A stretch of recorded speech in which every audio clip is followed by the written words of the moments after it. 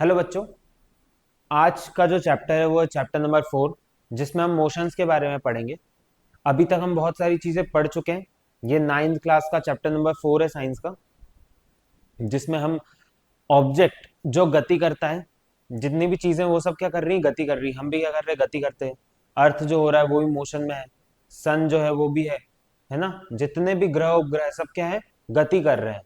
और उनके अंदर जो, और वो गति क्यों कर रहे हैं, है ना, क्योंकि नहीं, वो गति कर रहे हैं। और उनमें जो अणु है छोटे छोटे, वो भी क्या कर रहे हैं, गति कर रहे हैं। मतलब जितनी भी चीजें वो क्या कर रही है, गति कर रही है, यानी मोशन में है। अब हम इस चैप्टर के बारे में पढ़ते हैं। इस चैप्टर में और हम इन चीजों को समझेंगे, है ना। अब दो तरीके, एक होता है मॉडर्न फिजिक्स जो हमें बता चुका है कि मोशन क्या होता है, जो हम आज के टाइम पे पढ़ रहे हैं। मॉडर्न फिजिक्स जितना भी साइंस है, जिसमें हमें पता लगता है कि कोई भी चीज कैसे मूव कर रही है, किस तरह मोशन में है ना। और एक होता है वैदिक फिजिक्स। वैदिक फिजिक्स ईश्वरीय द्वारा दिया गया ज्ञान है वो, जो पहले से इस सृष्टि में, प्रकृति में विद्यमान है। उसको हम समझेंगे, क्योंकि वैदिक फिजिक्स से ही आप क्या समझ सकते हो, सत्य ज्ञात कर सकते हो, सत्य जान सकते हो। इस प्रकृति का, इस पृथ्वी का सत्य आप सिर्फ वैदिक विज्ञान से जान सकते हो। मॉडर्न फिजिक्स आपको बहुत सारी चीजें नहीं बतलाएगा, सिर्फ लॉजिक पे छोड़ देगा। पर आपको अगर सच और सत्य जानना है तो वो कौन बताएगा, वो वैदिक फिजिक्स बताएगा। जो भी कार्य कर रहे हैं वो ईश्वर, जो भी कार्य कर रहे हैं वो ईश्वर कर रहे हैं। अणुओं में गति देने से जो भी इस सृष्टि में कार्य हो रहा है वो ईश्वर द्वारा हो रहा है। तो आइए इस चैप्टर को स्टार्ट करते हैं और देखते हैं हमें इस गति, मोशन वाले चैप्टर में क्या क्या सीखने को मिलता है। तो वैदिक विज्ञान पहले गति के बारे में क्या कहता है हम वो देखते हैं। वर्तमान विज्ञान प्रकृति और सृष्टि में भेद नहीं मालूम है। अब देखो, वैदिक विज्ञान क्या है, उसको ना प्रकृति में भेद मालूम है ना सृष्टि में भेद मालूम है। सृष्टि क्या है, ये हमारा अर्थ। और प्रकृति क्या है, प्रकृति के अंदर सृष्टि बनी हुई है। प्रकृति के अंदर सृष्टि बनी हुई है। सृष्टि और प्रकृति क्या है, दोनों अलग अलग चीजें हैं। अब अलग अलग टर्मिनोलॉजी, अलग अलग चीजें हैं। अब वैदिक विज्ञान का, प्रकृति एक जैसे अंधकार, अंचल, अकम, क्रियाहीन, अग्रह, अव्यक्त आदि गुणों से अनंत अणुओं का समूह है। मतलब क्या है, अनंत अणुओं का समूह क्या है, प्रकृति है। अनंत कैसे अणु, जब सबसे शुरुआत में क्या होता है, काल बनने के पहले जो अणु रहते हैं वो कुछ गति नहीं करते। वो क्या करते हैं, ऐसे अचल, अकम, अग्रह, है ना, अव्यक्त, है ना, अनून, इन मतलब एक स्थिर अवस्था में पड़े हुए हैं, सोए हुए हैं। जब ईश्वर इनमें गति देता है तो ये क्या करने लगते हैं, अणु वाइब्रेट करने लगते हैं। जब ये अणु वाइब्रेट करते हैं, उसी से क्या होता है, काल मिलता है, काल से महत, महन से मन, ये सब बन के क्या होता है, जितनी भी सृष्टि और सब लोग कितने हुए, क्रिएट इसी चीज से हुए हैं। तो प्रकृति क्या है, प्रकृति प्रकृति एक जैसे अंधकार गुण वाले अनंत अणुओं का समूह है। सॉरी, प्रकृति क्या है, प्रकृति एक जैसे अंधकार, अचल, अकम आदि गुणों से युक्त अनंत अणुओं का समूह है। सृष्टि, अब सृष्टि क्या है, जब ईश्वर उपरोक्त प्रति के अणु को विज्ञान पूर्वक गति करता है। मतलब क्या करता है, जब अणु, ये जो छोटे छोटे अणु, इनको किससे विज्ञान पूर्वक गति करता है। जब इसमें विज्ञान पूर्वक गति करके अणुओं का संघात करके नाना प्रकार का रूप बनाता है, उसे सृष्टि कहता है। मतलब बहुत सारी चीजों के उनमें गति करके क्या, उन्हें जोड़ के कुछ बनाता है, ठीक है, नाना प्रकार के रूप बनाता है। तो उसको क्या कहते हैं, सृष्टि कहते हैं। जैसे कि हमारा अर्थ, वर्तमान विज्ञान समय के एक क्षण को समय कह रहा है। और वर्तमान विज्ञान क्या है, टाइम को भी नहीं जानता है, टाइम होता क्या है। वैदिक विज्ञान क्या कहता है कि जब अणुओं में गति होती है, जब सत और रजगुण व्यक्त हो जाते हैं, तो किसकी उत्पत्ति होती है, काल, यानी काल की उत्पत्ति होती है। काल, फिर उसके बाद काल उन चीजों को क्रिएट करता है, किसको, महत को, अहंकार, मन, है ना, ये सब। अब वर्तमान विज्ञान मत, जबकि यह वर्ण क्षण है, जब जहां से घटना का आरंभ होता है और घटना का अंत होता है। इन्होंने क्या कहा है, जब घटना का आरंभ होता है और अंत होता है उसको वह क्या है, क्षण है। वैदिक विज्ञान के अनुसार वर्तमान विज्ञान जिस समय की बात कर रहा है वास्तव में वह समय अंतराल है, अर्थात मतलब दो दो घटनाओं के बीच में बीता हुआ जो टाइम है उसको क्या कहा है इन्होंने, इन्होंने समय कह दिया, पर वो क्या है, समय अंतराल है, अर्थात दो घटनाओं के बीच समय, ना कि समय। दो मतलब उनको टाइम नहीं पता है, पर ये जो टाइम कह रहे हैं वो कह रहे हैं दो घटनाओं के बीच में होने वाला समय, समझ रहे हो। तो वैसा वैदिक विज्ञान अनुसार काल एक पदार्थ है। क्या है, वैदिक विज्ञान के अनुसार क्या है, काल एक पदार्थ है। जब सृष्टि निर्माण हेतु ईश्वर प्रकृति के अणुओं में तीन गुण सत रज और तम, ये तीन गुण है में से दो गुण सत और रज क्या कर देता है, व्यक्त कर देता है, तो उसे काल कहते हैं। मतलब जब दो गुण व्यक्त होते हैं तो वो क्या बनता है, काल बनता है। और सर्वप्रथम जो चीज बनती है सृष्टि अणुओं की गति से वो क्या बनता है, काल बनता है। काल के बाद फिर क्या बनता है, महत, अहंकार, 10 इंद्रियां, है ना, फिर मन, ये सब बनते जाते हैं। अब विज्ञान को भारत का योगदान, विज्ञान को भारत का क्या योगदान है हम देखते हैं। सृष्टि के आरंभ में आज इतने वर्ष पूर्व ही तिब्बत भारत में चार ऋषि अग्नि, वायु, आदित्य, अंगिरा को ईश्वर ने चारों वेदों का ज्ञान अर्थात पूर्ण सृष्टि का ज्ञान दे दिया था। मतलब पहले क्या हुआ था, ईश्वर ने क्या करा, जो चार ऋषि थे उनको क्या दे दिया। तो ईश्वर क्या करता है, चार ऋषि को, कौन कौन से, अग्नि, वायु, आदित्य, अंगिरा को सृष्टि का पूरा ज्ञान दे के भेजता है। और वो ज्ञान करते हैं दूसरों में, क्या करते हैं वो दूसरों को देते हैं, जिससे ये ज्ञान की जो प्रथा है वो चलती आ रही है। तो पूर्ण ज्ञान दे दिया था, यहीं से ये ज्ञान भिन्न देशों में गया। कहाँ से गया, इसी से गया भिन्न देशों, मतलब चार ऋषि को दिया और उन्होंने क्या करा है, पूरी सृष्टि में इसको स्प्रेड करा है। इक्ष्वाकु से लेकर कौरव पांडव तक सर्व भूगोल के आर्यों का राज्य और वेदों में थोड़ा थोड़ा प्रचार आर्यवत से भिन्न देशों में भी हो रहा है। तथा इसमें यह प्रमाण है कि ब्रह्मा का पुत्र विराट, विराट का मनु, मनु की मर्याचादि 10, इनके स्वाम्भिवादी सत राजा और उनके सनातन इच्छावादु आदि राजा जो आर्यवत के प्रथम राजा हुए, जिन्होंने यह आर्यवत बसाया है। अष्टम और हम जो भी चीज दे रहे हैं वो हम कहाँ दे रहे हैं, जो जितना भी है वो कहाँ से मिल रहा है हमें, हम जो भी ज्ञान दे रहे हैं वो कहाँ से दे रहे हैं, वेदों से दिया जा रहा है या फिर कहीं लिखा हुआ है पहले से। अष्टाम समूला से सतात प्रकार से क्या करा है हमने, ये कथन उठाया है। तो वैदिक विज्ञान हमें मोशन के बारे में क्या कहता है कि जो अभी का विज्ञान है वो ना काल को जानता है ना गति को जानता है, और ये काल गति जो इनको क्या है वो नहीं जानता है। इनको कौन अच्छे समझा रहा है, वैदिक विज्ञान अच्छे से समझा रहा है। तो आइए अब ये चैप्टर स्टार्ट करते हैं और देखते हैं कि मॉडर्न फिजिक्स में हमें क्या क्या सीखने को मिला और क्या क्या देखने को मिल रहा है। इस चैप्टर का नाम है अपने परिवेश में गति और का वर्णन। मतलब जो हमारे आसपास कोई भी ऑब्जेक्ट अगर मूव कर रहा है, मूव मतलब मोशन कर रहा है, कोई भी ऑब्जेक्ट अगर गति में तो वो क्या है कर रहा है, मोशन कर रहा है। जैसे कि कोई गाड़ी चल रही है, कोई कार चल रही है, कोई इंसान चल रहा है ना, कोई जानवर चल रहा है, ये सब क्या है, मोशन में। अगर कोई अपनी पोजीशन चेंज कर रहा है, पोजीशन यानी वो अपना स्थिर जो स्थान है वो क्या कर रहा है, चेंज अगर कर रहा है, तो वो किस में है, मोशन में है। अब इस मोशन से रिलेटेड हम बहुत सारी चीजें इस चैप्टर में सीखेंगे, कुछ फॉर्मूलाज देखेंगे जिससे हम क्वेश्चन सॉल्व कर पाए और चीजों को समझ पाए। बेसिकली अब से आपका स्टार्ट होता है कि आप किस तरह चीजों को समझ सकते हैं और देख सकते हैं। भारी खगोलीय वस्तु से लेकर अपरमाणु कणों, सब एटॉमिक पार्टिकल, सब एटॉमिक यानी बहुत छोटे छोटे कण तक प्रकृति के सब कुछ गतिमान है। मतलब जितनी भी चीज है वो क्या है, गतिमान है। अणु भी गतिमान है, अणु से लेके कोई भी चीज क्या है, गति में है। प्रकृति में गति अत्यंत विविधता पूर्व, जैसे पंख, फड़फड़ाती तितलियां, रेंगते हुए सांप, उछलते हुए खरगोश, सरपट दौड़ते हुए घोड़े, किसी सहारे से लिपटे आरोही लताओं की तंतु, बंद होती कीटभक्षी पौधे, सब क्या है, मोशन में है यानी गति में है। देखा, प्रकृति में गति इतनी मनमोहक है कि सोचिए आपने चार और विद्वान इन जटिल गतियों के व्यापक विविधता का अध्ययन हम किसी प्रकार कर सकते हैं। जैसा आप प्रथम अध्याय में पढ़ चुके, किसी जटिल परिघटना यानी फिनोमिना के अन्वेषण के लिए वैज्ञानिक पहले इसका अध्ययन और इसके आदर्श सरलीकृत रूपों में करते हैं। मतलब क्या करते हैं, किसी भी चीज का क्या करते हैं, अध्ययन करते हैं। इस प्रकार की गतीय रेखा, वृत्तीय और दोलिनी तीन प्रकार की होती है, जिस विषय में आप पूर्ववर्ती कक्षाओं में सीख चुके हैं।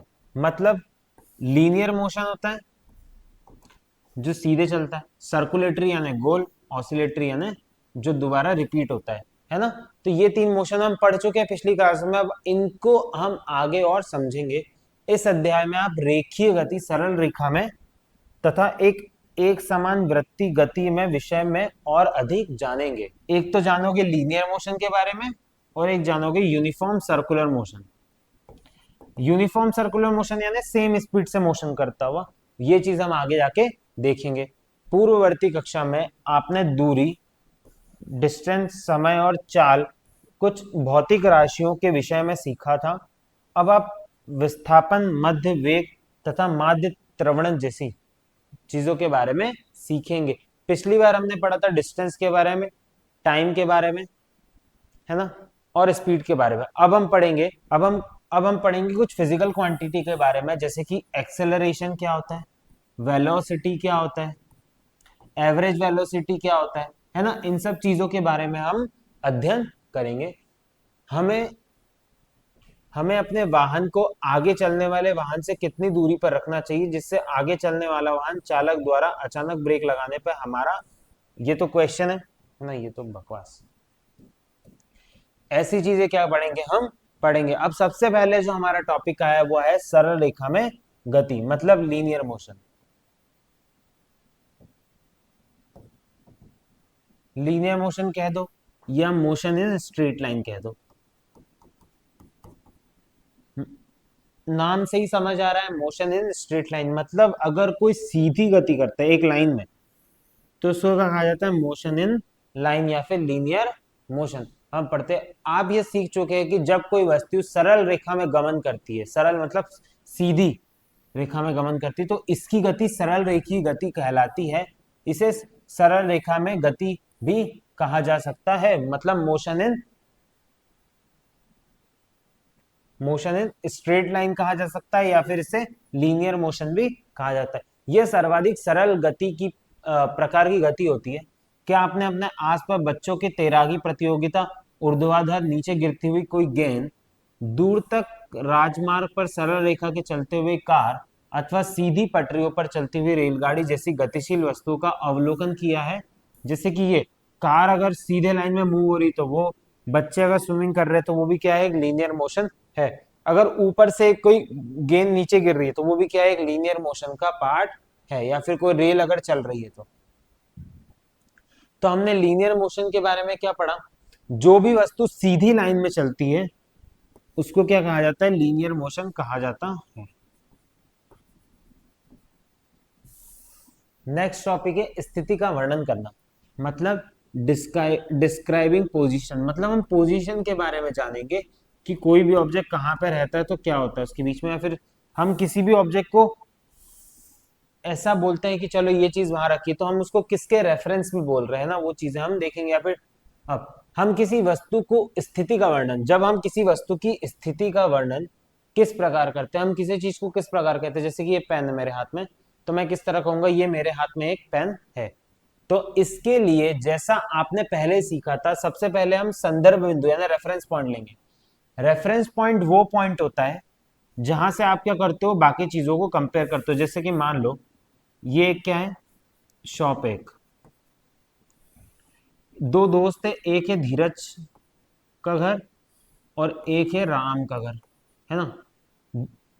धीरज का घर जो है वो है 1 किलोमीटर दूर दुकान से, और राम का घर जो है वो 2 किलोमीटर दूर है। तो देखो यहाँ पे रेफरेंस पॉइंट इन दोनों के लिए क्या है, शॉप। धीरज से जो दूरी है रेफरेंस पॉइंट की वो है 1 किलोमीटर यानी शॉप की, पर रामू के यहाँ से रेफरेंस पॉइंट अलग है, वो तो क्या हो जाएगी 2। मतलब दोनों के लिए रेफरेंस पॉइंट तो सेम है, पर उनके लिए डिस्टेंस क्या है, अलग अलग है। अब रेफरेंस पॉइंट वो पॉइंट है जहां से हम किसी भी चीज को कंपेयर करते हैं या उससे चीजों को कंपेयर करके कुछ वैल्यू निकालते हैं, जैसे कि के रूप में एक नियत बिंदु निर्दिष्ट करना होता है। एक नियत बिंदु मतलब एक डेफिनेट पॉइंट, समय के किसी क्षण पर संदर्भ बिंदु के सापेक्ष वस्तु की दूरी और दिशा का क्षण पर वस्तु की स्थिति का विवरण देते हैं, मतलब वस्तु की स्थिति को पहचानते हैं। ध्यान दीजिए कि वस्तु की स्थिति बताने के लिए हमें हमें संदर्भ बिंदु से उसके दूरी बताने के अतिरिक्त यह भी बताना होता है कि यह संदर्भ बिंदु के किस और स्थित है, मतलब किस डायरेक्शन में स्थित है। किंतु हम यह कब कहते हैं कि वस्तु गति कर रही है? यदि संदर्भ बिंदु के सापेक्ष वस्तु की स्थिति समय के साथ परिवर्तन हो रही है। मतलब मान लो सेम चीज, अगर शॉप है, यहाँ पे धीरज है और यहाँ पे क्या है, राहुल है, हम कब कहेंगे राहुल और धीरज मोशन में है? अगर वो अपने घर से निकले और शॉप के, अगर राहुल की पोजीशन चेंज हो रही है किसके एस्पेक्ट में? शॉप के एस्पेक्ट में, रेफरेंस पॉइंट में, तो क्या होगा? पता लगेगा वो क्या है, मोशन में है। जैसे कि यदि संदर्भ बिंदु सापेक्ष वस्तु की स्थिति के में समय के साथ परिवर्तन हो रही है तो कहा जाता है कि वस्तु क्या है, गतिशील है, यानी मोशन में है। मतलब रेफरेंस पॉइंट के और ऑब्जेक्ट के बीच में जो डिस्टेंस है वो क्या होता जा रहा है, चेंज हो रहा है। तो दूसरी ओर यदि समय के साथ संदर्भ बिंदु के सापेक्ष वस्तु की स्थिति परिवर्तन नहीं होती है तो कहा जाता है कि वस्तु विराम अवस्था में है, मतलब रेस्ट पोजीशन में। किस में है? रेस्ट पोजीशन में। रेस्ट मतलब रुकी हुई है और मोशन मतलब गति कर रही है। तो हमने समझा कि किसी भी ऑब्जेक्ट की अगर हमको पोजीशन ज्ञात करनी है तो हम किस तरह ज्ञात कर सकते हैं। जैसे कि एक एक्सरसाइज है छोटी सी, एग्जाम्पल दिया गया है हमें एक, आइए एक सीधे घावन पथ पर दौड़ लगाती हुई धाविका के उदाहरण द्वारा समझते हैं। नीना नामक की धाविका की स्थिति का वर्णन करने के लिए हम मान लेते हैं कि संदर्भ बिंदु उसका प्रस्थान बिंदु है। तो उसका जो स्टार्टिंग पॉइंट है वो क्या है, उसका रेफरेंस पॉइंट है। चित्र में दर्शाए हम सरल रेखा बनाते हैं जिस पर दूरी अंकित करते हैं उस मूल बिंदु ओ पर क्या है, वो स्थित है, को संदर्भ बिंदु मानते हैं। यहाँ पे ओरिजिन क्या है, ओ है। धाविका बिंदु ओ से दौड़ना प्रारंभ करती है और समय के दो भिन्न क्षणों की उपस्थित को बिंदु बी और द्वारा अंकित किया गया है। मतलब देखो वो पहले दौड़ती है यहाँ पे, यहाँ फिर यहाँ तक, तो क्या किया गया, दो पोजीशन यहाँ पे दिखाई गई है। अब किसी वस्तु की स्थिति का वर्णन करने के लिए हमें दिशा निर्दिष्ट करने की भी आवश्यकता होती है, मतलब हमें डायरेक्शन भी दिखाना रहता है। हम ये तो कह देंगे मोशन में है, पर किस गति में, किस डायरेक्शन में, क्या इस राइट में है, लेफ्ट में है, या फिर अगर चारों साइड ले ले, north east west west south, कौन सी डायरेक्शन में? सरल रेखा में गतिमान कोई वस्तु आगे या पीछे इन दो दिशाओं में किसी एक दिशा में गति कर सकती है। मतलब वो आगे जा सकती है या फिर पीछे आ सकती है। कहां से? ये ओरिजिन पॉइंट से। इसको क्या कहा जाता है, मेन पॉइंट को कहा जाता है ओरिजिन पॉइंट। अतः दिशा को धन अथवा ऋण चिन्हों से निरूपित किया जा सकता। देखो ये धन है और ये ऋण है, मतलब अगर वो यहाँ गई तो पॉजिटिव डायरेक्शन में भाग रही, यहाँ गई तो नेगेटिव डायरेक्शन में, जैसे कि दर्शाया गया है यहाँ पे दर्शाया। संदर्भ बिंदु ओ के दाहिनी ओर स्थित धनात्मक एवं बाईं ओर स्थित ऋणात्मक माना जाता है। मतलब क्या, राइट और लेफ्ट माना जाता है। अब हम देखते हैं एक टिप्पणी, समय का एक क्षण और समय अंतरकाल एक ही बात नहीं होते। मतलब समय का एक क्षण और समय अंतराल मतलब टाइम डिफरेंस एक बात नहीं होते। समय का एक क्षण समय के किसी दिए गए बिंदु पर घड़ी का पाठ है, रीडिंग है।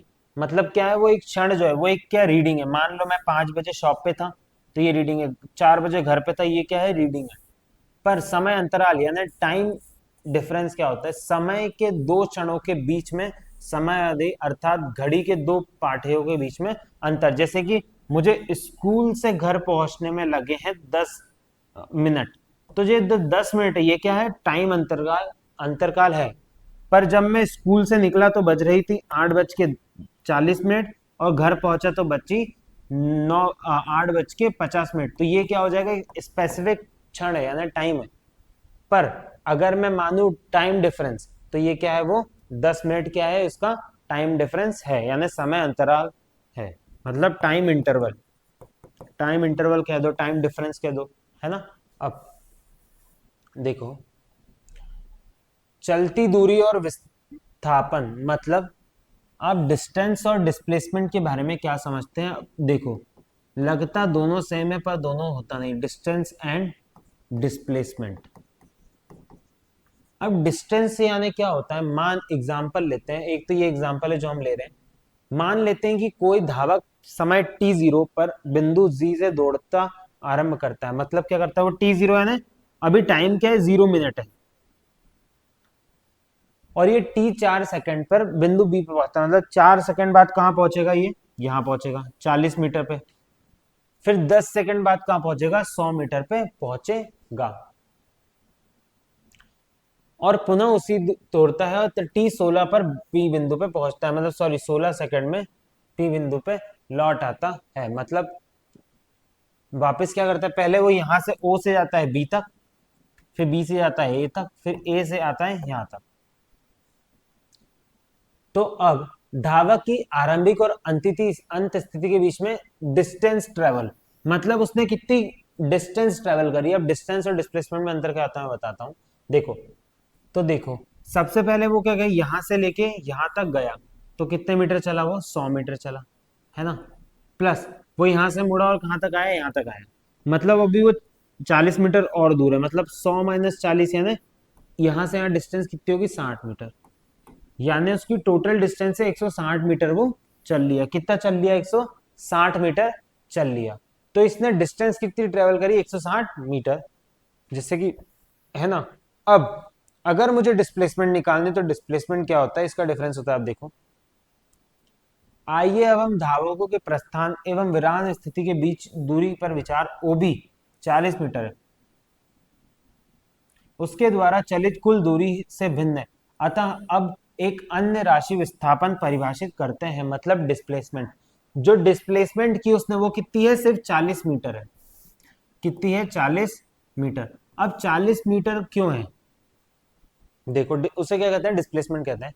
समय के किन्हीं दो क्षणों के बीच किसी वस्तु की स्थिति में होने वाला सकल परिवर्तन। मतलब दो पॉइंट के बीच में जो डिफरेंस आ रहा है डिस्टेंस का, उसी को क्या कहेंगे, समय अंतरकाल या डिस्प्लेसमेंट कहेंगे। विस्थापन जैसे भौतिक राशियों के संपूर्ण विवरण के लिए दिशा एवं इनके आंकिक मान मात्रक सहित दोनों को निर्दिष्ट करना आवश्यक होता है। इस प्रकार की भौतिक राशि अंकित मानना मात्रक उसका परिमाण यानी मैग्नीट्यूड कहलाता है। मतलब किसी भी वैल्यू को हम जब डिनोट करते तो एक यूनिट होती है, और ये क्या होती है, इसको, तो ये 40 मीटर, इसको क्या कहा जाता है, मैग्नीट्यूड कहा जाता। मतलब डिस्प्लेसमेंट, देखो डिस्टेंस, क्या डिस्टेंस भी हम ऐसे दिखाते हैं, है ना, कोई मैग्नीट्यूड और यूनिट। डिस्प्लेसमेंट भी इसी तरह दिखाते हैं, कोई वैल्यू और यूनिट, है ना। तो इस तरह क्या होता है, डिस्प्लेसमेंट शो होता है। डिस्प्लेसमेंट होता है अगर किसी टाइम इंटरवल के बीच में जो डिस्टेंस ट्रेवल हो रही है, टाइम इंटरवल मतलब दो समय के बीच में जो डिस्टेंस ट्रेवल हो रही है, उसको क्या कहा जाता है, डिस्प्लेसमेंट कहा जाता है। अब किसी वस्तु विस्थापन का परिमाण दो क्षणों की स्थितियों के बीच की दूरी होता है। मतलब दो क्षणों की स्थितियों के बीच की दूरी, इसकी ऐसा ही होता है, मात्रक क्या होती है, मीटर ही होती है। उदाहरण के लिए चित्र 4 में t0 t16 के बीच धावक की दूरी 160 है, किंतु विस्थापन की दूरी क्या है, 40 मीटर है। जैसे कि एग्जांपल लेते हैं हम, वही शॉप वाला, शॉप है यहाँ पे है धीरज का घर, यहाँ पे है राम का घर, है ना। यहाँ से राम और शॉप के बीच की डिस्टेंस है 2 किलोमीटर, धीरज और इसकी क्या है, 1 किलोमीटर। अब देखो, राम पहले जाता है शॉप पर, ठीक है, मतलब कितने किलोमीटर चल लिया वो, 2 किलोमीटर चल लिया। फिर आता है वो किसके पास, वापस धीरज के पास, और इन दोनों के बीच की डिस्टेंस है मान लो 1 किलोमीटर, है ना, दोनों की। तो राम और धीरज के घर के, तो राम पहले जाता है शॉप पे, फिर शॉप से आता है इधर, तो उसकी डिस्टेंस कितनी हो जाएगी, 2 किलोमीटर तो ये और 1 किलोमीटर ये, तो कितने हो जाएगा, 2 + 1 किलोमीटर इक्वल टू 3 किलोमीटर।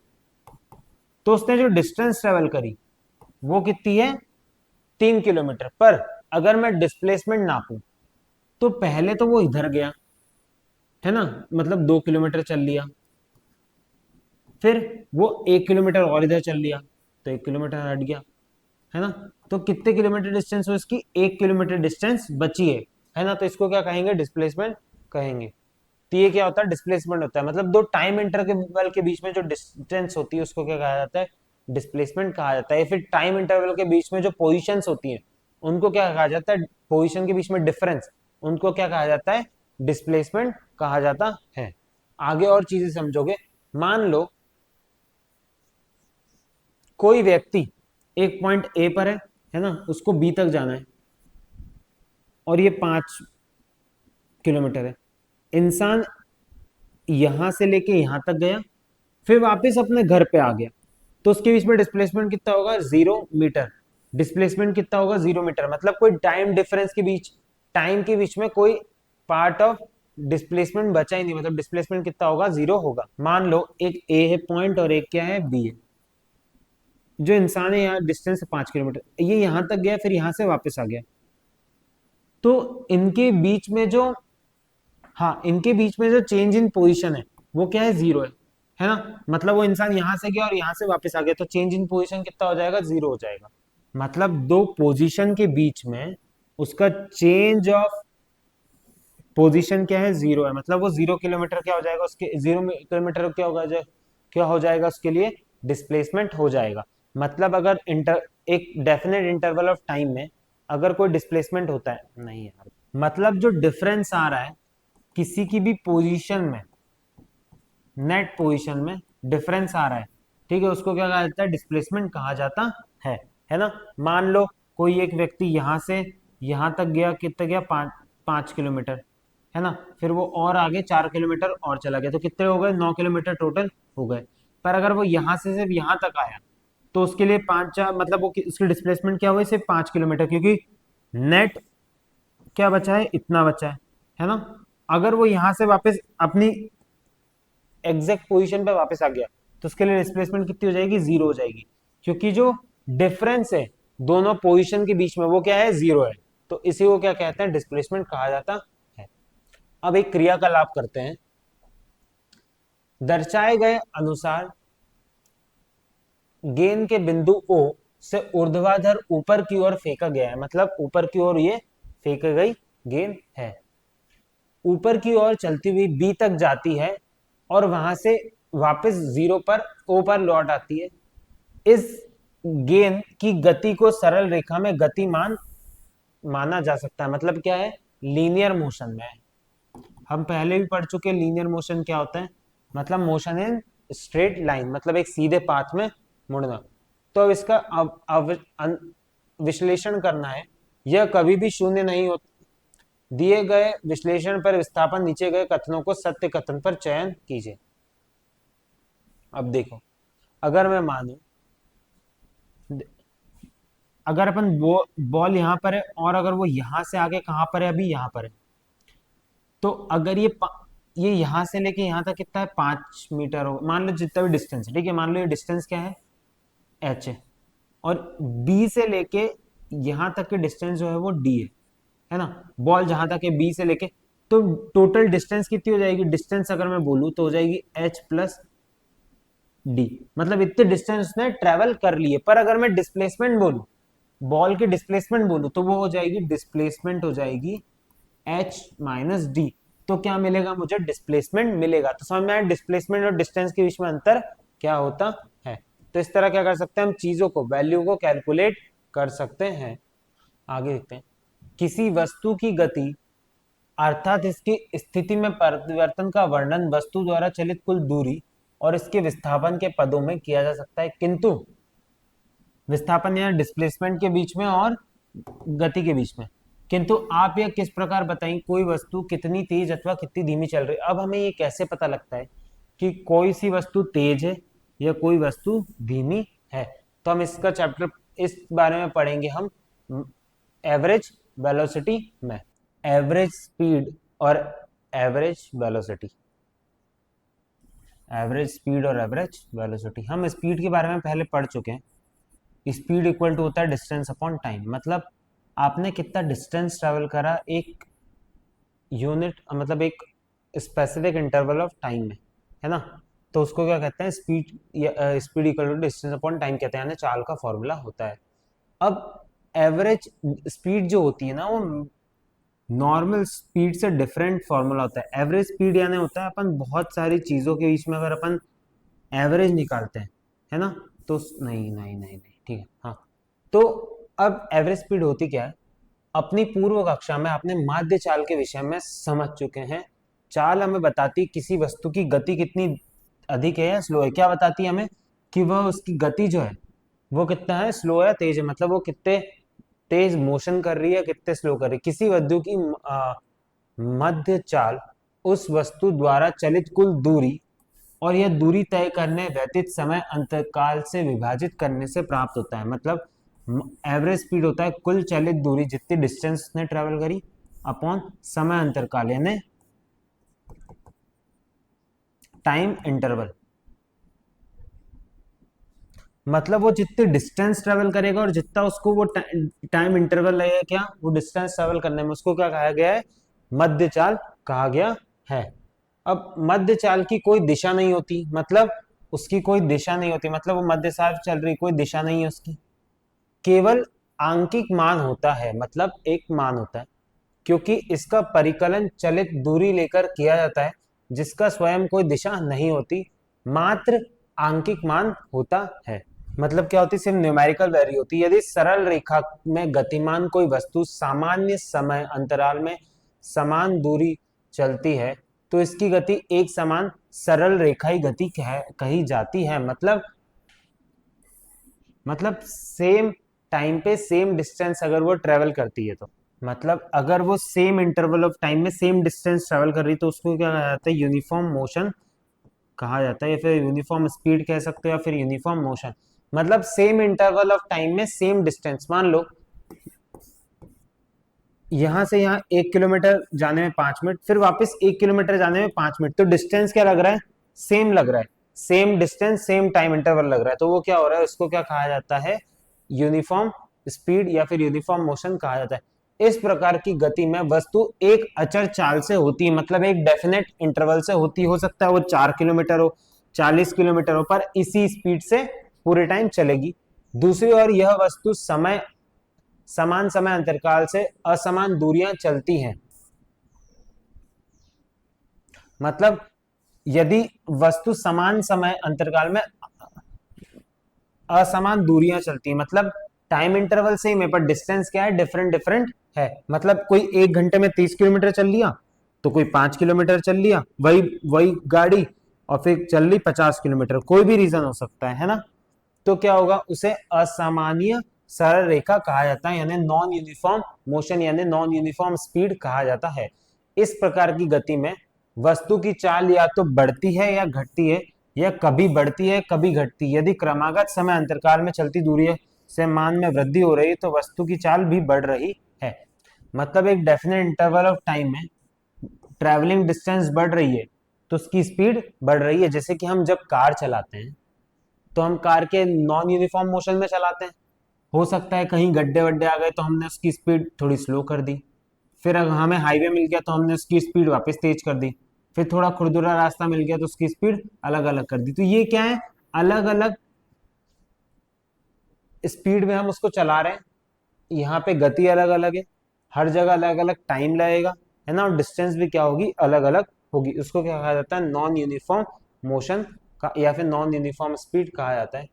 विज्ञान को भारत का योगदान, प्राचीन काल से ही भारत में यह अवधारणा सुस्थापित रही कि वस्तु की चाल प्राप्त करने हेतु उसके द्वारा चलित दूरी को समय से विभाजित करते हैं। 5वीं शताब्दी के ग्रंथ आर्यभट्टिक में देखा जा सकता है कि इसकी अवधारणा पर आधारित नीचे दिया गया उदाहरण 14वीं शताब्दी विशद गणितीय कौमुदी से लिया है। मतलब पहले भी इन चीजों के बारे में क्या कर दिया गया था, सत्यापित या डिफाइन पहले ही कर दिया गया था। अब आगे हम देखते हैं, एक उदाहरण देके रखा है, दो पत्रवाहक एक दूसरे से 210 योजन योजन प्राचीन भारत में उपयोग की जाने वाली दूरी का मात्रक है। दूरी स्थित स्थानों से एक दूसरे की ओर चलना आरंभ करते हैं। एक पत्रवाहक 9 योजन प्रतिदिन चलता है, मतलब हर दिन कितना चलता है, 9 योजन चलता है। और दूसरा 5 योजन प्रतिदिन चलता है। क्या आप ज्ञात कर सकते हैं कि वे कितने दिन पश्चात परस्पर मिलेंगे, मतलब कितने दिन पश्चात मिलेंगे। अब देखो, दोनों पत्रवाहक द्वारा एक दिन में चली हुई दूरी कितनी है, 9 + 5 यानी कितना है, 14 योजन, है ना। अब एक दूसरे से मिलने के लिए उन्होंने कुल 210 योजन की दूरी तय की, मतलब 210 योजन चलेंगे। तो 210 डिवाइडेड बाय 14, मतलब रेगुलर अगर 14 14 योजन चलेंगे तो कितने दिन में वो एक दूसरे के पास पहुंच जाएंगे, 15 दिन में पहुंच जाएंगे। तो ये क्या है, इसका आंसर है। तो इस तरह हम क्या निकाल सकते हैं, आंसर निकाल सकते हैं, यानी डिस्टेंस अपॉन जो है समय। तो ये पत्रवाहक एक दूसरे 15 दिन पश्चात, अब 15 दिन पश्चात कौन कितनी दूरी तय करेगा, है ना। तो 15 × 9 और 15 × 5, तो हमें पता लग जाएगा कितनी वैल्यू तय, ये 75 करेगा और ये 135, है ना। तो पता लग जाएगा कौन कितने योजन चल रहा है। चाल हमें बताती कोई वस्तु कितनी द्रुत गति से चल रही है, किंतु यह गति की दिशा के विषय में कोई जानकारी प्रदान नहीं करती, मतलब ये डायरेक्शन के बारे में नहीं बताती है। स्पीड, जिनमें गति की विशेषता वास्तविक जगत को जटिल गतियों के पूर्णात्मक समझने के लिए चाल के साथ साथ गति की दिशा को भी जानना आवश्यक है। अगर हमें मोशन को समझना है तो हमें क्या होना चाहिए, डायरेक्शन का भी पता होना चाहिए, साथ साथ स्पीड के साथ साथ क्या होना चाहिए, डायरेक्शन का भी पता, कि वो किस डायरेक्शन में चल रही है। तो उसके लिए मापा जाता है एवरेज वेलोसिटी। अब एवरेज वेलोसिटी क्या था, अब हम एक अन्य भौतिक राशि माध्य वेग यानी एवरेज वेलोसिटी को परिभाषित करते हैं, जो यह बताती है किसी वस्तु की स्थिति कितनी तीव्र गति से और किस दिशा में परिवर्तित हो रही है, मतलब किस दिशा में जा रही है और कितने तीव्र गति से जा रही है। दिए गए समय अंतराल में किसी वस्तु एवरेज वेलोसिटी उस समय अंतकाल में उसकी स्थिति परिवर्तन को उस समय अंतराल से विभाजित करने पर प्राप्त होता है। मतलब स्थिति में परिवर्तन कितना डिफरेंस हो रहा है पोजीशन में, ऑब्जेक्ट की पोजीशन में, यानी displacement upon time interval. Normal average speed को क्या, वेलोसिटी का फॉर्मूला क्या है, डिस्प्लेसमेंट अपॉन टाइम इंटरवल। जितनी डिस्प्लेसमेंट हो रही है और टाइम इंटरवल जितना लग रहा है। यदि हम माध्य वेग को वी ए वी यानी वी यानी ये ए वी क्यों लिखा है, एवरेज वेलोसिटी, ए वी यानी average velocity equal to s यानी डिस्प्लेसमेंट अपॉन टी यानी टाइम। एस यानी क्या है, डिस्प्लेसमेंट है, क्योंकि ऊपर ऊपर हम डी से दिखा चुके हैं, तो इधर क्या करेंगे, हम एस से डिस्प्लेसमेंट को मेजर करेंगे। माध्य वेग को व्यक्त करने के लिए आपको इसका परिमाण और दिशा दोनों बतानी होगी। जब वस्तु एक सरल रेखा में गति करती है, सरल रेखा में कितनी साइड है, एक इधर है और एक इधर है, यानी एक लेफ्ट है और एक राइट है। अगर देखो, वेग की दिशा वह होती है जो विस्थापन की होती है, इसे प्लस अथवा माइनस के द्वारा इंगित किया जाता है। अगर प्लस आया वैल्यू तो इधर डायरेक्शन है, माइनस आया तो इधर है ना। इसी तरह क्या है, इसी तरह हम चीजों को दिखा सकते हैं। इसका मात्रक जो होता है, यूनिट जो होती है वो होती है मीटर पर सेकंड या फिर मीटर सेकंड इनवर्स।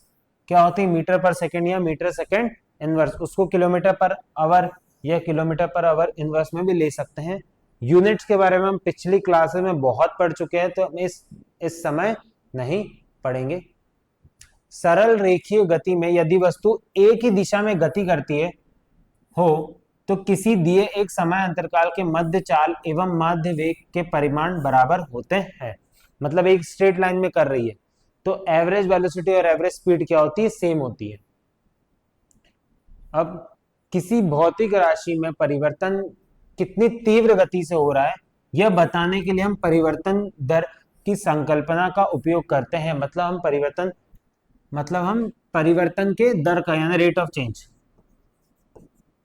मतलब कितने समय अंतराल में चेंज हो रहा है किसी राशि में परिवर्तन, और उस परिवर्तन में लगने वाला समय के अनुपात को परिवर्तन की दर यानी रेट ऑफ चेंज कहलाता है।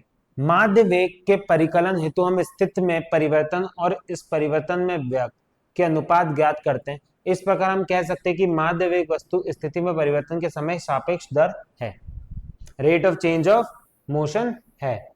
मतलब average rate of change of position with respect to time, मतलब टाइम के रिस्पेक्ट में जो पोजीशन चेंज हो रही है उसको क्या कहा जाता है, एवरेज वेलोसिटी कहा जाता है। जैसे कि सारंग नामक तैरक दर्शाए गए स्विमिंग पूल में दूसरे किनारे तक तैर जाना और वापस लौटने में 50 सेकंड का समय लगाता है।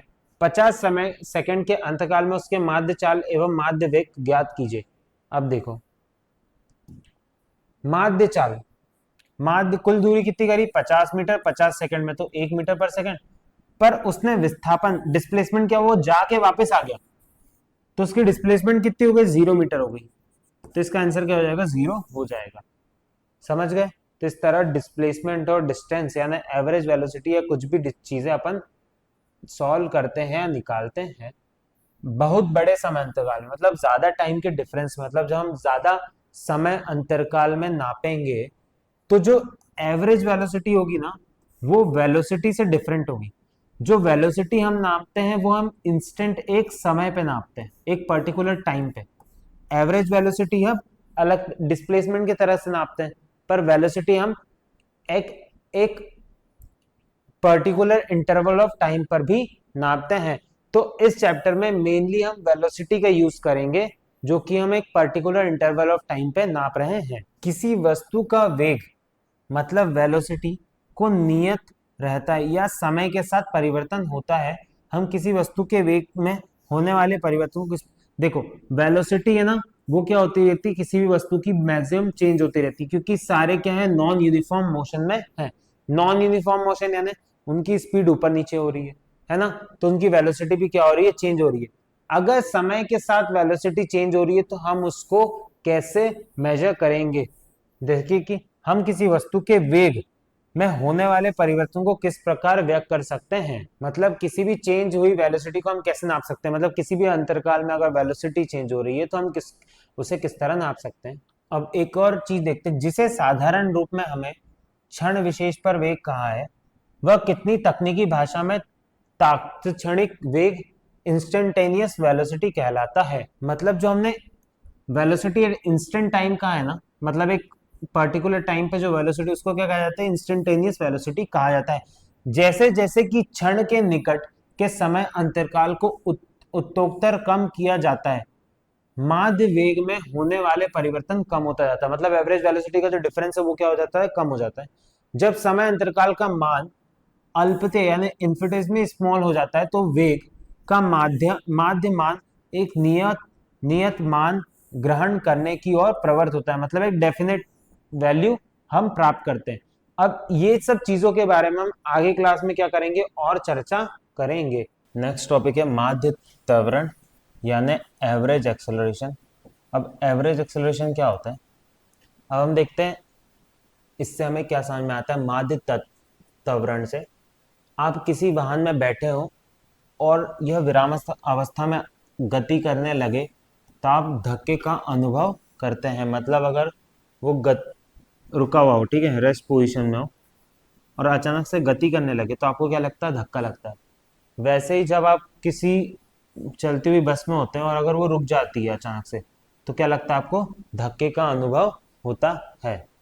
यह घटनाएं वेग में परिवर्तन के अनुभव के उदाहरण है। मतलब अगर वेलोसिटी में चेंज हो रहा है तो ये क्या इसके उदाहरण है। यदि आपको दो भिन्न क्षणों पर किसी वस्तु के वेग ज्ञात हो तो आप उस समय विधि में वेग परिवर्तन ज्ञात कर सकते हैं, मतलब चेंज इन वेलोसिटी ज्ञात कर सकते हैं।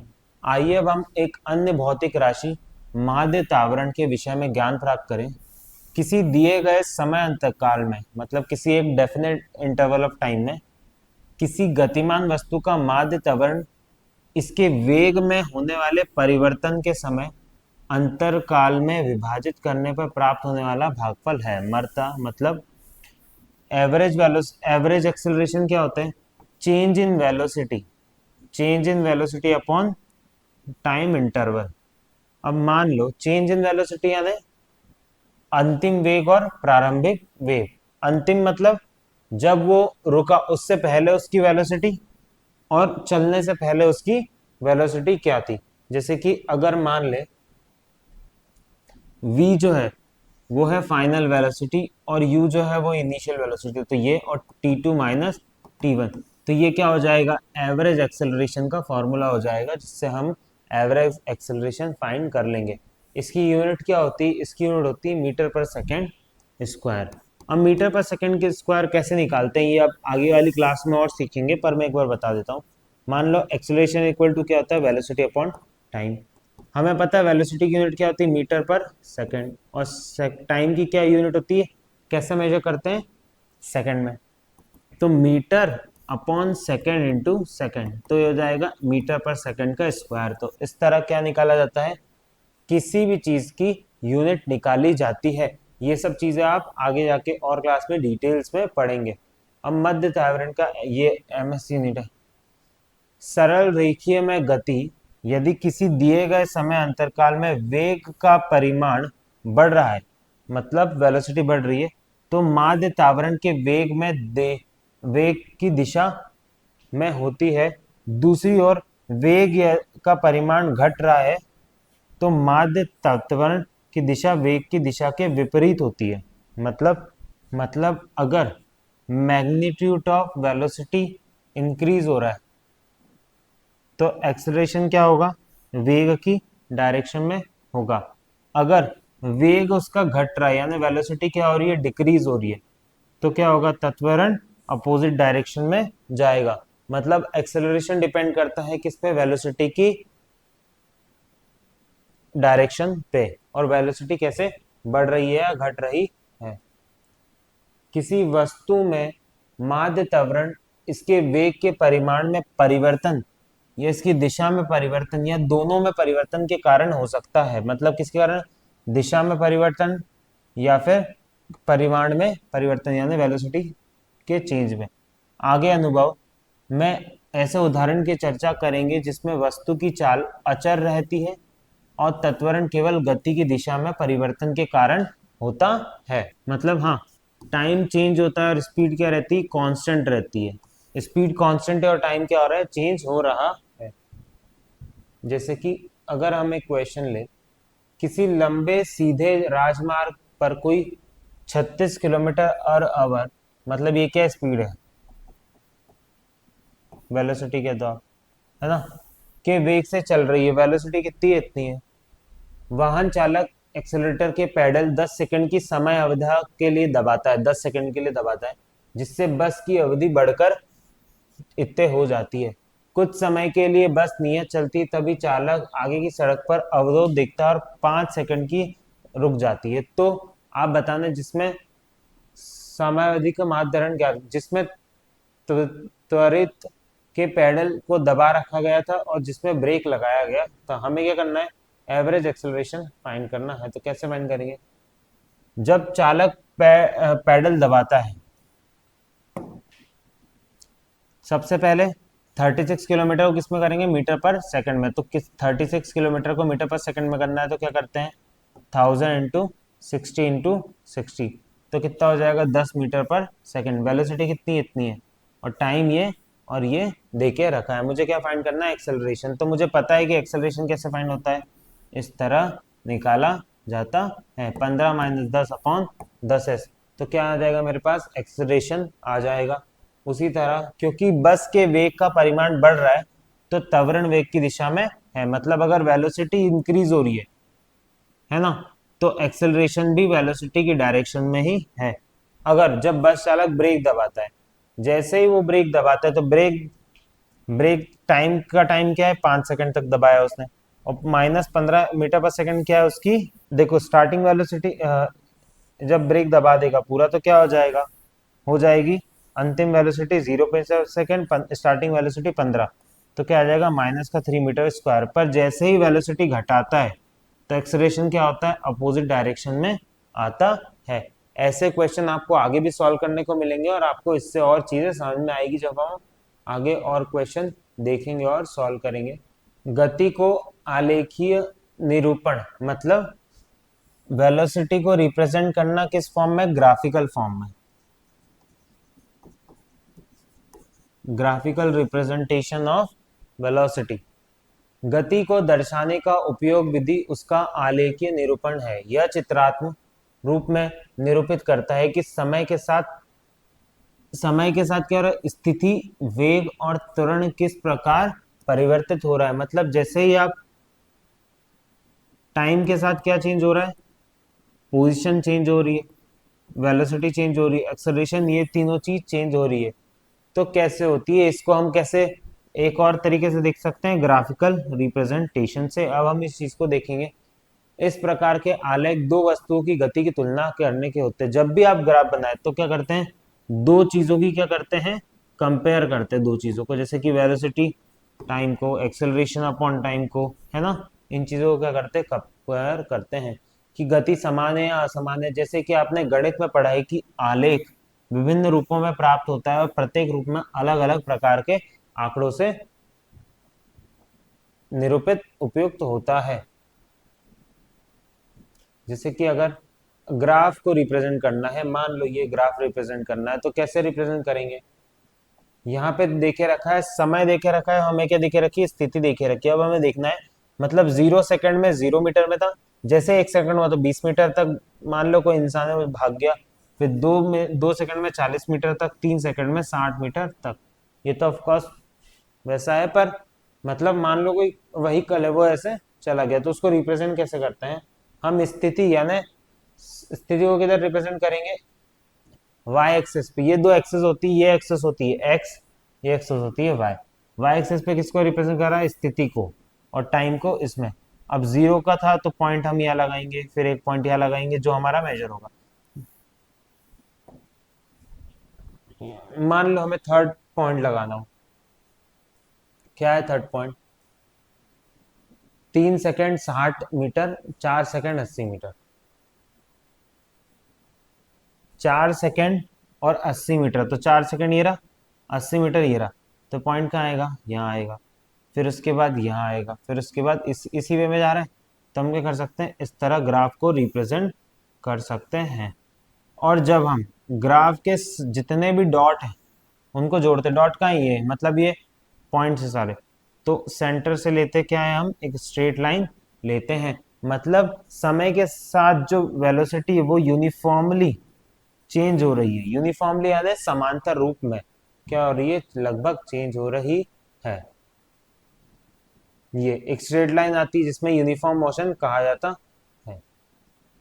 अब जैसे कि इसको रिप्रेजेंट करना है तो कभी कभी हमें ग्राफ में मिलेगा, कर्व ग्राफ मिलेगा, तो इस तरह क्या करते हैं हम कि 0 पे है, फिर उसके बाद जैसे कि ये पॉइंट हो गया, फिर ये, फिर यहाँ, इस तरह क्या करोगे आप, रिप्रेजेंट करोगे और एक कर्व बन सकता है। ठीक है, अब हमें देखना है कि एक्स अक्ष पर, मतलब एक्स एक्सेस पे 5 भाग क्या दिखा रहे हैं, 2 सेकंड दिखा रहे हैं, और वाई एक्सेस पे 5 भाग 5 सेकंड दिखा रहे हैं। 5 भाग यानी सिर्फ ये इतना, कितने, ये यहाँ से यहाँ कितने भागों में बटा रहता है, 5, 1 2 3 4 5, 5 भागों में।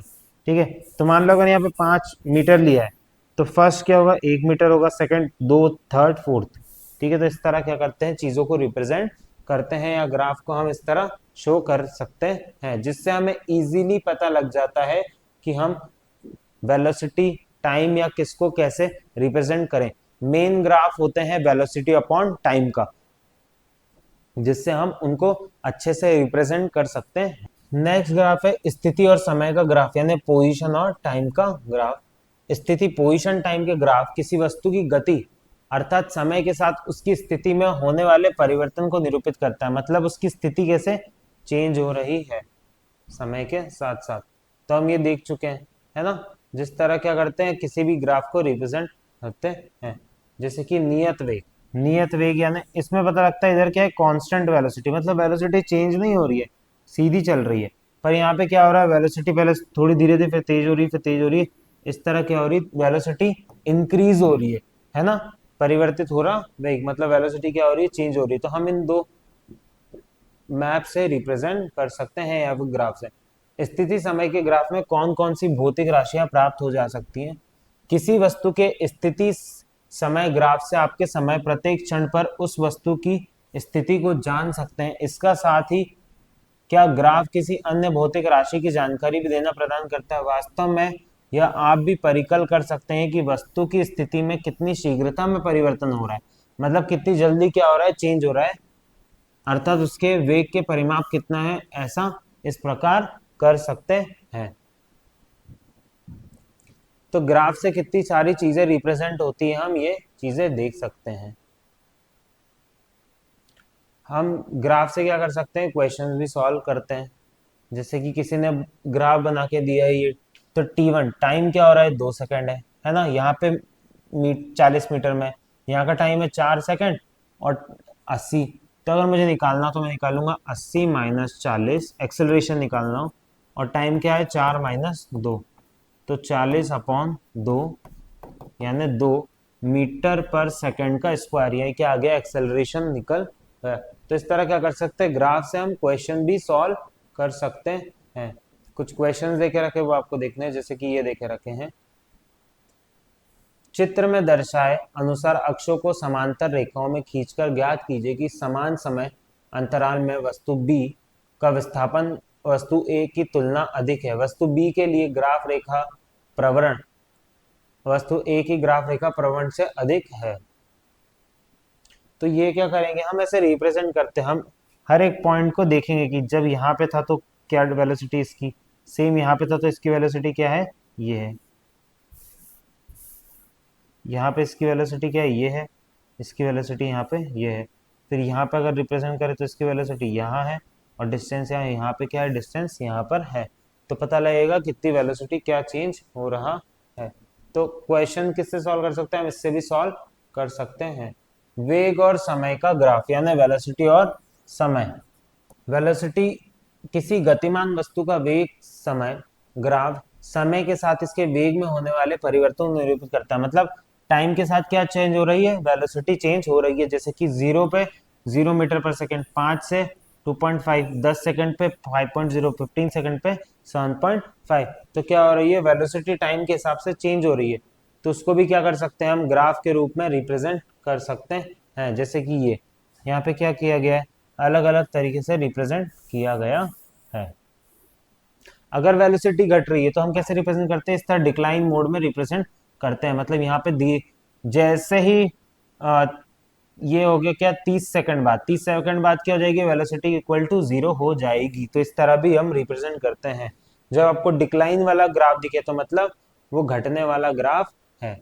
वेग समय ग्राफ में कौन कौन सी भौतिक राशियां ज्ञात हो सकती। समय के किसी भी क्षण पर वेग परिमाण ज्ञात करने के अतिरिक्त वेग समय ग्राफ में अन्य किन भौतिक राशियां परिकलन किया जा सकता है।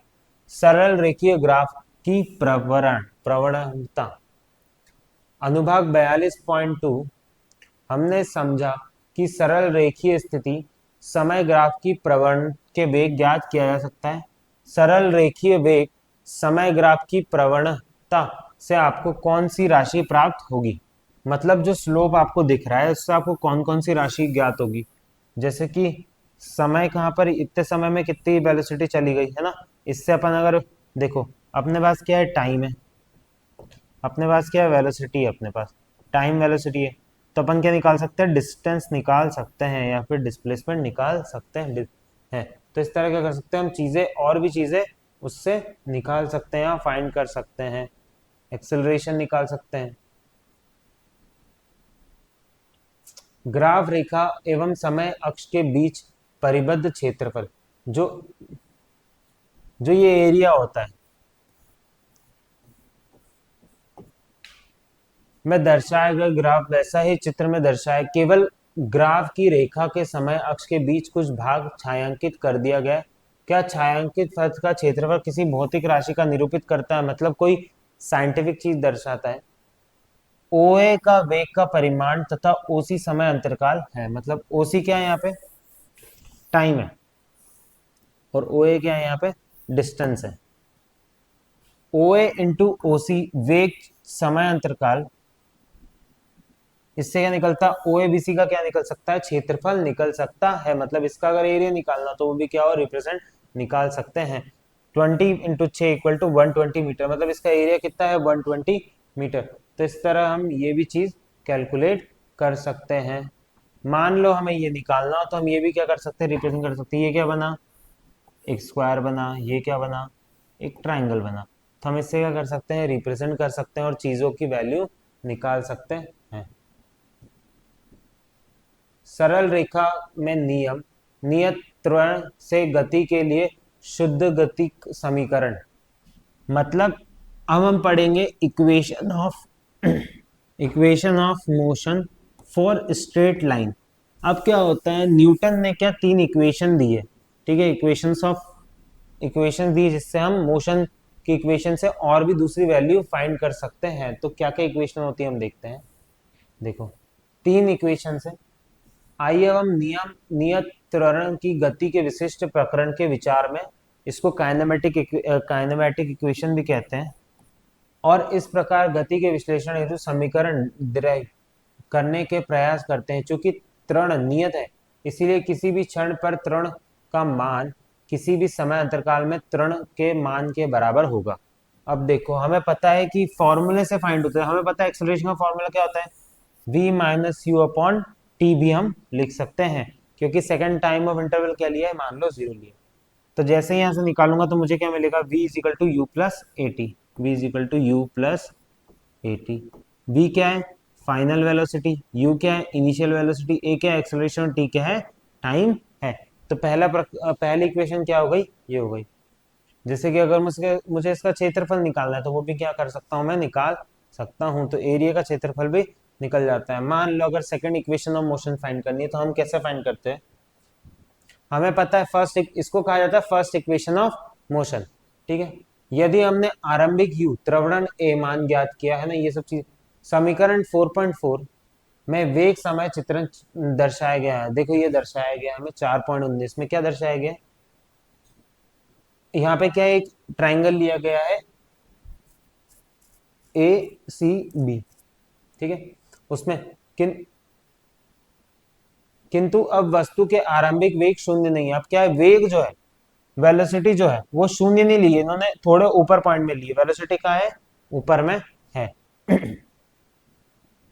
टी समय पर वेग ई ग्राफ एक सरल रेखा जो इंगित करती है वह वेग नियमित त्वरण ग्राफ की प्रवृत्त त्वरण का मान ज्ञात करती है। अब एक्सेलरेशन के थ्रू अब हमें अगर इसका क्षेत्रफल ज्ञात करना है तो हम कैसे फाइंड कर सकते हैं, एओ इंटू डी, अपन ऊपर भी देख चुके हैं, 1/2 एरिया ऑफ ट्राइंगल होता है ये, और एरिया ऑफ क्षेत्रफल ऑफ किसका, आयत का क्षेत्रफल, जिससे हमें क्या मिलेगी, सेकंड इक्वेशन ऑफ मोशन मिलेगा, ठीक है। सेकंड इक्वेशन ऑफ मोशन क्या मिलेगा, s equal to u plus u t plus 1/2 a t का स्क्वायर। तो सेकंड इक्वेशन ऑफ मोशन हमें इधर से प्राप्त होती है। और थर्ड इक्वेशन ऑफ मोशन जब हम उसमें टी की वैल्यू रखते हैं तो हमें एक और इक्वेशन ऑफ मोशन प्राप्त होती है, जो कि है ये b square equal to u square minus का 2as। इसकी डिटेल्ड वीडियो अपन तब बनाएंगे जब हम क्वेश्चन सॉल्व करेंगे ना, तो अपन और डिटेल अच्छे से वीडियो नोट्स वाली वीडियोस भी बनाएंगे। पर अभी जैसे कि मान लो अगर यहाँ पे देखें तो t is equal to u minus v, तो s equal to u v minus u by a t की जगह ये रखा, फिर यहाँ पे ये रखा, होल स्क्वायर हो गया, फिर ओपन करके सॉल्व करा तो अपन को क्या मिलेगी, इक्वेशन ऑफ मोशन मिलेगी। तो हमें काइनेमेटिक की तरफ से तीन इक्वेशन ऑफ मोशन मिलती है, ये तीन, जिसमें देखो v जो है फाइनल वेलोसिटी है, u जो है वो इनिशियल यानी स्टार्टिंग वाली, a क्या है एक्सेलरेशन, t क्या है टाइम, d क्या है डिस्टेंस या डिस्प्लेसमेंट, जो आप लोगे वो ले सकते हो। तो ये हमें 4-5 चीजों से क्या मिलते हैं, बाकी वैल्यूज हम फाइंड कर सकते हैं। इसके क्वेश्चंस भी हम आगे जाके देखेंगे। इन्हें काइनेमेटिक इक्वेशन यानी शुद्ध गतिक समीकरणों के नाम से जाना जाता है। ये समीकरण इस बात का गणितीय विवरण प्रस्तुत करते हैं कि वस्तु की गति के समय के साथ किसी पर प्रकार परिवर्तन होता है। इस समीकरण का उपयोग करके किसी भावी क्षण वस्तु स्थिति अथवा वेग पूर्वानुमान लगाना संभव है। ये शुद्धागणित समीकरण मतलब काइनेमेटिक इक्वेशन केवल उस स्थिति में वैध होते हैं जब त्वरण नियत होता है। मतलब एक्सेलरेशन क्या है, इसमें कांस्टेंट है, तभी क्या होंगे, ये लागू होंगे। एक ही दिशा में सरल रेखीय गति के लिए शुद्ध गति समीकरण का उपयोग करते समय यह समीकरण रहे कि चलित दूरी और विस्थापन की परिमाण बराबर होता है तथा चाल एवं वेग परिमाण की बराबर होता है। ऐसा सरल रेखीय गति जिसमें वस्तु दोनों दिशाओं में गति करती यू ए वी और एस का चिन्ह राशि विशेष लगाता है। ये चीजें हम और भी देखेंगे। जैसे कि मान लो इक्वेशन है उसको सॉल्व करते हैं। मान लीजिए किसी राजमार्ग पर गतिमार्ग एक कार ब्रेक लगाए जाते हैं जिससे इसकी गति -4 मीटर पर सेकंड इक्वल टू तुरंत आ जाती है। रुकने के पूर्व कितनी दूरी तय की होगी ब्रेक से? पहला है ये, तो एक्सेलरेशन क्या देखे रखा है, -4 मीटर पर सेकंड, वेलोसिटी क्या है 0 मीटर पर सेकंड, इनिशियल फाइनल वेलोसिटी, क्योंकि ब्रेक लग गया। अब हम क्या करेंगे, वैल्यूज क्वेश्चन फॉर्मूले में पुट करके वैल्यूज निकाल लेंगे। ये सारे क्वेश्चन हम क्या करेंगे आगे जाके और अच्छे से इनका अध्ययन और अच्छे तरीके से हम करेंगे। अब हमारा नेक्स्ट टॉपिक है समतल में गति यानी मोशन इन प्लेन। समतल में होने वाली गति एक वाहन को पार करके दूसरे वाहन में आगे बढ़ जाना या ठोकर मारकर हवा उछाली गई गेंद का अथवा उपग्रह वृत्ताकार पथ में द्रव्यमान कहलाती है। ये सब क्या है, मोशन इन प्लेन है। एक समान वृत्तीय गति मतलब यूनिफॉर्म सर्कुलर मोशन। अब यूनिफॉर्म सर्कुलर मोशन क्या होता है? वृत्तीय गति के संबंध में आपने अपनी पूर्ववर्ती कक्षा में जो सीखा था, क्या वह आपको स्मरण है? जब कोई वस्तु वृत्ताकार पथ पर चलता है तो इसकी गति वृत्तीय गति कहलाती है। मतलब अगर कोई ऑब्जेक्ट ऐसे सर्कुलर फॉर्म में चलता है तो वो क्या होती है, वृत्ताकार गति या वृत्तीय गति कहलाती है। मान लीजिए किसी का कोई बच्चा किसी गतिमान चक्रीय झूल चक्री पर सवार है। यह बच्चा एक वृत्तीय पथ पर गतिमान है, जैसे कि चित्र में दर्शाया गया है ऐसे। यह बच्चा किसमें समान है, एक वृत्तीय पथ पर विद्यमान है। चित्र में दर्शाए अनुसार ए बी होते हुए सी पर जाना जाता है। इस बच्चे द्वारा चलित दूरी कितनी है? मूल स्थिति में इसका विवरण विस्थापन कितना है ना। अब अगर मुझे सर्कुलर या फिर सर्कुलर मोशन निकालना है, देखो अगर मुझे सर्कुलर मोशन निकालना है तो मैं कैसे निकालूंगा? तो उसके लिए क्या होता है, एक फॉर्मूला होता है जो साइंटिस्ट नहीं, सर्कुलर मोशन अगर निकालना है तो उसका फॉर्मूला क्या होता है? सर्कुलर मोशन का फॉर्मूला होता है 2π/r/t, v equal to 2π/r/t। ठीक है, आर यहाँ पे क्या है, त्रिज्या है, त्रिज्या यानी रेडियस, टी क्या है, टाइम है, 2π यानी वैल्यू, और एवरेज वेलोसिटी किसकी है, ये किसकी वेलोसिटी है, ये है जब वृत्ता आकार में कोई भी या फिर वृत्तीय गति होती है तब उसका कैसे हम निकालते हैं। आइए अब हम वृत्तीय गति के एक विशिष्ट प्रकरण पर विचार डालें जिसमें वस्तु की चाल अचर रहती है। जब कोई वस्तु किसी वृत्ताकार पथ पर अचर एक समान चलती है तो इस गति को एक समान वृत्तीय गति कहते हैं। मतलब उसकी वेलोसिटी क्या है, कांस्टेंट है, चेंज नहीं हो रही उसकी वेलोसिटी, टाइम के साथ क्या है, कांस्टेंट है। उसको क्या कहते हैं, एक समान वृत्तीय गति कहा जाता है। आप जानते हैं किसी वस्तु का वेग परिवर्तन हो रहा हो, इसका त्वरण शून्य नहीं होता। वेग तभी परिवर्तित होता है जब इसका परिमाण या दिशा या दोनों परिवर्तित होती। एक समान वृत्तीय गति में वस्तु की गति त्वरित गति होती है क्योंकि इसके वेग की दिशा में सतत परिवर्तन होता है। व्यवहारिक जगत में एक समान वृत्तीय गति के प्रतिबंध जैसे अचर चाल एवं वृत्ताकार पथ, ये सब क्या है, उसके एग्जाम्पल्स हैं। अब हम देखते हैं, अब हम आगे इसके सारांश पे हमने क्या क्या सीखा इस चैप्टर में। समय के किसी क्षण पर संदर्भ बिंदु के सापेक्ष किसी वस्तु की दूरी एवं दिशा समय के उस क्षण एवं वस्तु की स्थिति बताती है, यानी पोजीशन बताती है। यदि समय के साथ किसी संदर्भ बिंदु के सापेक्ष वस्तु की स्थिति परिवर्तित होती है तो वस्तु गति की अवस्था में कही जाती है। मतलब टाइम के साथ क्या हो रही है, उसकी जो पोजीशन है वो चेंज हो रही है। समय के दो दिए गए क्षणों के बीच वस्तु की स्थिति में होने वाला कुल परिवर्तन इसका विस्थापन या डिस्प्लेसमेंट कहलाता है। मतलब दो टाइम इंटरवल बीच में जो पोजीशन चेंज हो रही है उसको क्या कहते हैं, डिस्प्लेसमेंट कहते हैं। किसी वस्तु के मध्य चाल उस वस्तु द्वारा चलित कुल दूरी की ये दूरी चलने के समय अंतराल से विभाजित करने से प्राप्त होती है। किसी समय अंतकाल में किसी वस्तु का मध्य वेग स्थिति परिवर्तन को स्थित परिवर्तन में लगे समय अंतराल को विभाजित करने पर प्राप्त होती है। तो इन सब चीजों से हमने क्या सीखा कि वेलोसिटी के मतलब मोशन किस किस तरह के होते हैं। किसी समय अंतकाल में किसी वस्तु का माध्य तावरण उसके वेग में परिवर्तन के समय अंतकाल से विभाजित करने पर प्राप्त होता है। मतलब हमें एक्सेलरेशन किस तरह मिलता है, एवरेज वेलोसिटी किस तरह मिलती है, ये सब हम देख चुके हैं। और हमने क्या देखा, इक्वेशन ऑफ मोशन देखी, 3 इक्वेशन ऑफ मोशन से जो हमने देखी, जब कोई वस्तु किसी नियत एक समान चाल में वृत्ताकार गति में चलती है तो उसको क्या कहा जाता है, उसको कहा जाता है एक समान वृत्तीय गति कहा जाता है, मतलब यूनिफॉर्म सर्कुलर मोशन।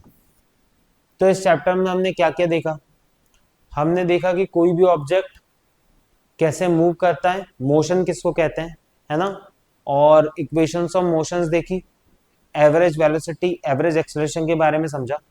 इस चैप्टर में और चीजें हम समझेंगे नेक्स्ट वीडियो में जब हम इसके क्वेश्चंस आंसर सॉल्व करेंगे।